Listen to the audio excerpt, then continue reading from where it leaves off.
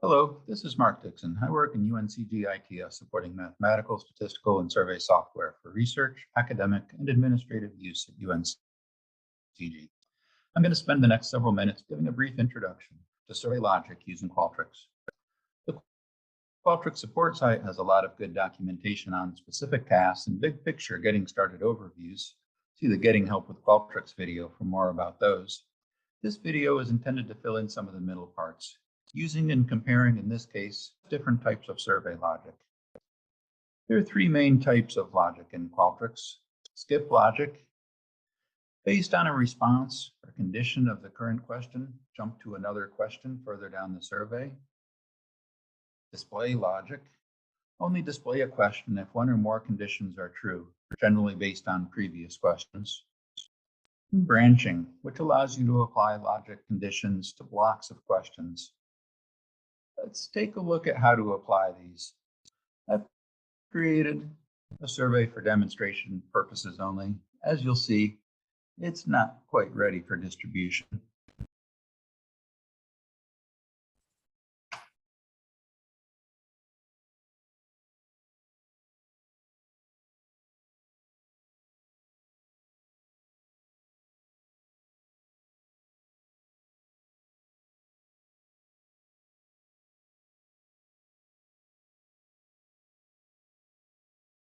We start with an informed consent question.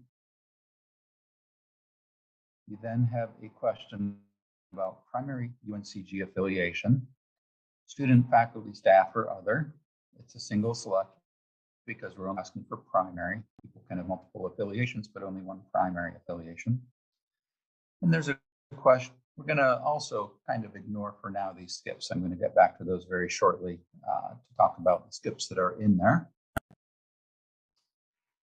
We have a question for students, if they're students, so the undergraduate, master, doctoral, non-degree seeking, a question for faculty, a different question for staff, and a question for the other.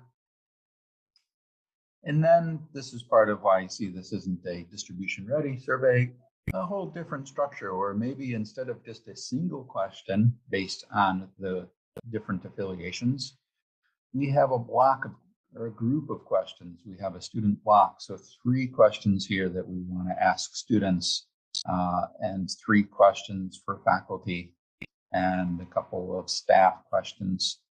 There's no block for other.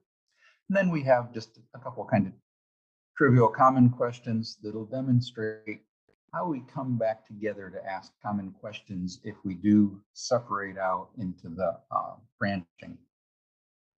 Let me scroll back up to the top. So one of the common times you might use logic is if IRB determines your survey is going to require informed consent. If informed consent is required, you're generally not able to ask any additional questions unless the respondent selects yes.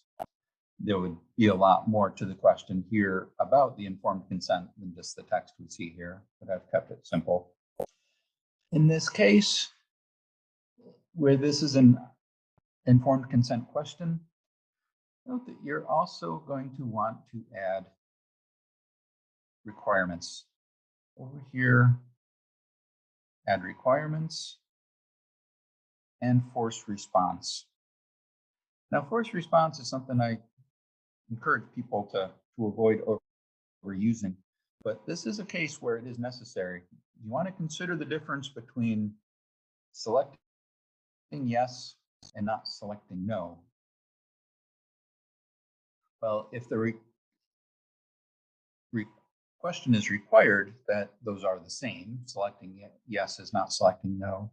If they're not, somebody would potentially be able to continue on by not answering the question. And for IRB requirements, you need to be sure that they've actually selected yes. Now we see, so the skip we have set up, we can take a brief look at that, the lower ellipsis, and edit the conditions. We can see that logic was set up to skip to the end of the survey if no is selected.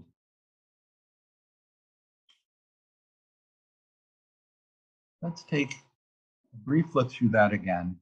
Now note that the options you're going to see on skip logic are going to be all of the multiple choice responses that exist for the question. So that's where this yes and no come. They're already populated. Our choices were to skip to the end of the block or the end of the survey. If you're in a longer block of questions, you can skip to another place within the block. I'm going to talk about that more in just a few minutes. And the options there of selected, not selected, is displayed, not displayed. This difference, the selected and not selected, I think should be clear enough. The displayed and not displayed, we'll also see an example of why that's a handy thing to have available. Making a logic condition just based on the fact of whether or not a question was even displayed in the survey. We will leave this there for now. So we've set up our first skip logic. Skip to the end of the survey if no is selected. You can see there's a nice summary there for us for our informed consent question to remind us. So let's continue on in our survey. This affiliation question. What's your primary affiliation? Student, faculty, staff. So now that we know all about skip logic, we see how we set that up, right? If it's a student, we want to go to the student question, which doesn't require a skip because it's the next question, but we don't want to continue on to the faculty question if they're a student. So we have skip logic set up there to go to the end of the block if they select it.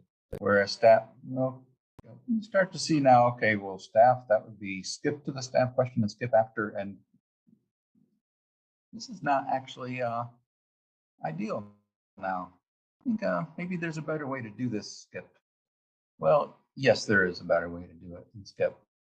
You can see, rather than have to go from the student to skip to the end, now you do see there are handy color coding here in Qualtrics, and that faculty, the orange, skips down. You can look for the orange and see, okay, that's the skip destination. If it's faculty, we skip to this faculty question. And then after it, we would skip. And that's where I told you we would come back in just a moment to see that is displayed. Because no matter what the person selects here, we want to skip to the end of the block. We just wanted to ask this. So we don't have to put in a lot of conditions of multiple conditions. Did they select professor or associate professor or assistant professor or lecturer? We can just put in that the question was displayed and know that, well, the question was displayed. So then we are going to skip to the end of the block. But doing that again for staff. So let's take a look at maybe a better way to set this up. How about we remove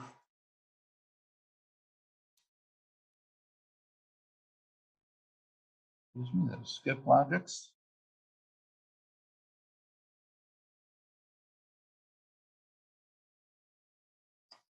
And try a different kind of logic, display logic. So for our student status question, we want to ask that only if student is selected. So over here on the right, with this question selected, I'm going to select display logic. So we will select this question. Now let's take a step back. Look here, our question numbers, those are kind of wonky. It's handy knowing the question numbers because the text is almost always longer than fully displays, and you don't always know if there'll be the right selection of text there for it to be obvious to you to pick it out. So let's do another sidebar here briefly. Now to renumber these questions, we can click on them and you can type in, but quicker than that, we can go to Tools, Auto Number Questions, and we can see there's a prefix queue, and we can have Qualtrics go through and renumber these questions just sequentially. All I do is simply press here, sequential numbering. And now we see it's 1, 2, 3, 4, 5, etc. on down. So let's take a look at this. Remember, we wanted to base it on question 2 to display the student status. So let's take a look again. Display logic. If question 2, UNCG affiliation, student is displayed, or sorry, is selected. We'll display this question. Now, all we need to do on the faculty is similarly only display that if question 2 faculty is selected. For staff, similarly, UNCG affiliation staff is selected. And this final question, display logic, only if UNCG affiliation other is selected. All right. So hopefully you can see this is a good bit cleaner. Each question out, instead of having a skip to and a skip from and keeping track of all of those different skips, we just have a simple display on each question. We don't have to worry about it going from student and displaying the faculty question because faculty is not going to be selected if student was selected. And it will continue through this logic and get to the end of the block, only displaying one of the follow-up questions. So now we've seen an example of skip and display. So similarly, we see here one here where I think display was a better choice than skip.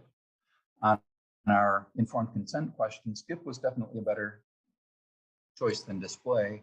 Think about that if you did display for the informed consent question, you would be having to put on every single question, display only if informed consent yes is selected. Much more tedious than a simple skip to the end. Now, there's another condition. What if you want, as you can see here, that we're skipping to the end of the survey, and at the bottom of the survey, there is a simple default message. Thank you for your time in your survey. Your response has been recorded. If you want to customize that, there's a way to do that. Yeah, I'm gonna circle back to that at the end, show you a trick to how to make a different message there if you would like for somebody to get a different message if they're going out of the survey because they were basically kicked out by not giving informed consent versus they completed the survey. So let me scroll back up here a minute and give, for example, what about now with the example for students? We don't have a single question, but we have a group of questions. Now we've arranged these into blocks. Blocks are very handy when you're asking similar or related questions to keep your organization of your survey together. Keep those similar related questions in the same spot and move them as a group and to consider them logically as a group.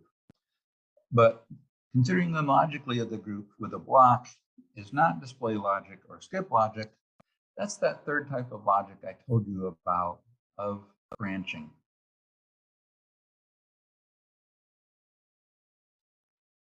Branching is applied in survey flow.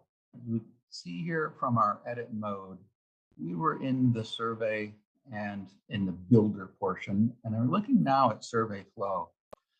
And we see by default, Qualtrics just lists out all of the different blocks of the survey.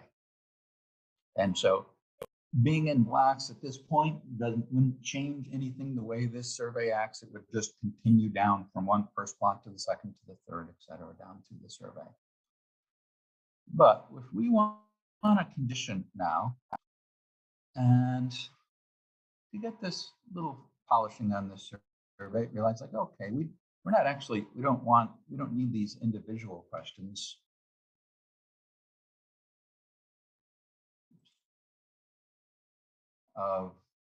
For the students, the faculty, and the staff.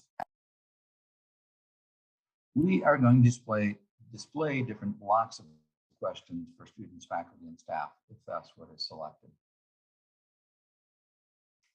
Before I get to that one, quick little reminder, what we're left here now. So we didn't have a block for the other. We have this single question. And this is kind of where I can see an example of, well, what would be the difference here between, so only display this question if other is selected, versus putting on here to skip to the end of the block.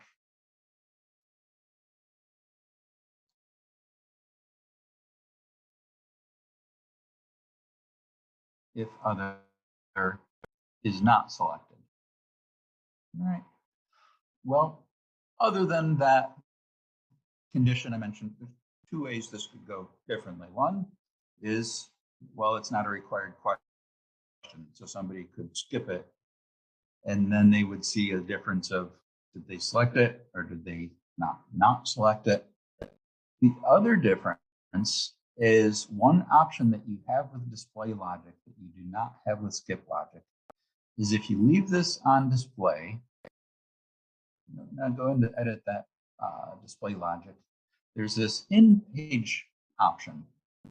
What in-page does, I'm not going to select it at first. I'm going to do a quick preview of the survey. And say yes. And I give, say, other, and continue on and see, I get that. Are you interested in pursuing a faculty or staff position? And now I'm going to the student because we haven't set up the logic to avoid that yet. But we see how that goes through. Let me now go and select to edit this and make this in page. Save. I'll go ahead and publish this just to make sure the change applies. And preview. Informed consent, yes. Now, note the difference. I select other, rather than have to select the next advanced page, the question pops up. Whereas if I select anything other than other, it does not. So that is a quick difference. You can do that in page popping up with display that you can't do with skip. Okay. Let me get back to working on our branching.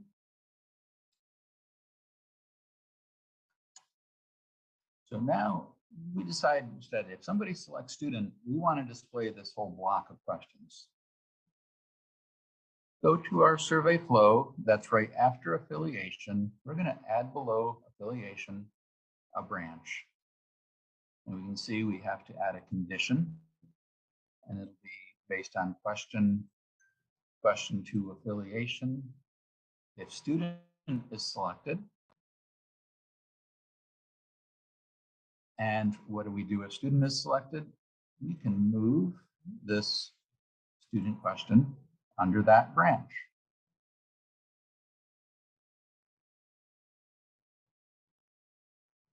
Now we can add, sorry, not there, but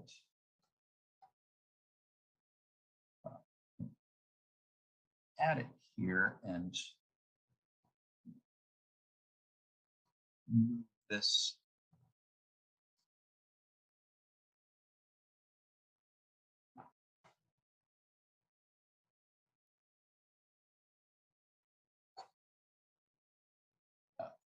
rearrange these. Ignore that last 30 seconds. All right. Let's add another branch for the faculty. Add a condition. What's your primary affiliation? Faculty.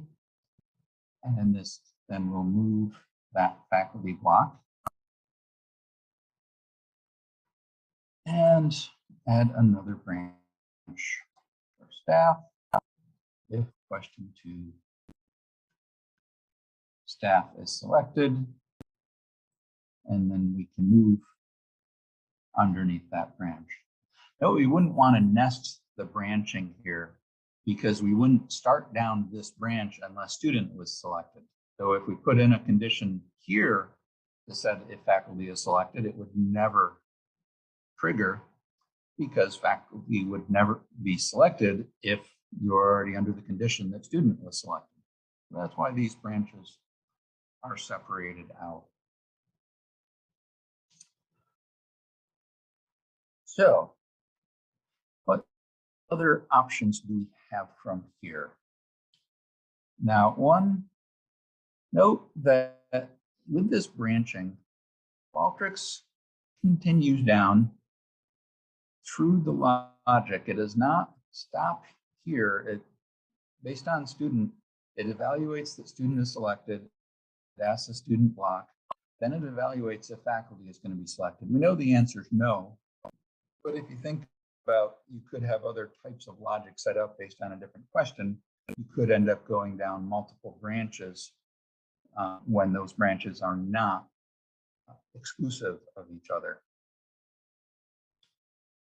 Other things we might want to do, maybe our common questions are something that only apply to faculty and staff, and we're not supposed to ask them of students. So what do we do there? We can see here, everybody's going to get their separate affiliation block, but then they're going to come to the question. Well, but we have this branching here. Note the new element. First I can duplicate this block. Now this is just a representation of these questions. It doesn't, every place I put this block, it'll ask the exact same questions. It's not doubling the number of the questions in the survey. See, there is in the survey editor, there's only one common questions block. We just have different places we may display it. We could move it to faculty, and we can move it to staff. Now, students would not get the block, but both faculty and staff would. Other thing we will often do to help with the control of the survey is we might specify in here to be sure. Again, in this condition, we had mutually exclusive categories of student, faculty, and staff for a single select question. But if we didn't do that, we want to be sure we're not continuing on asking additional questions we didn't intend, and specify that this is the end of the survey, and specify that this is the end of the survey, and this is the end of the survey. Now, one thing that's handy here, I told you I would get back to, that what if you wanted to do something, have different people get a different end of survey message? Well, we have just brought up how to implement that. The end of survey message, note that in the survey flow, we have a customize option. So go back to what, remember my question was, well, what if informed consent was no and kick somebody out? We can add behind the informed consent question a branch based on question 1 that they select no. We can add a new element of end of survey, and we can customize now the end of survey. Note from the survey editor, I am going to apply this real quick to go back and show you the editor. In this view, everybody would get the same end of survey message. If you want to customize that where different people get end of survey, you need to do that in survey flow. So in this case, I can customize. We can see I can override the default options. I can make a custom end of survey message. I can pull that from my library, or I can type a new message. And I can type in here a reason, sorry, you having selected that you don't give informed consent, I cannot ask you any further questions. Thank you for your time. Something along those lines to be entered in that survey, custom end of survey message. Similarly, if you wanted here, you can leave it at the default where everybody gets the same. If for some reason you wanted to have a different message for students, faculty, staff, or some combination of those, you can again do customizations to your end of survey message because you did branching.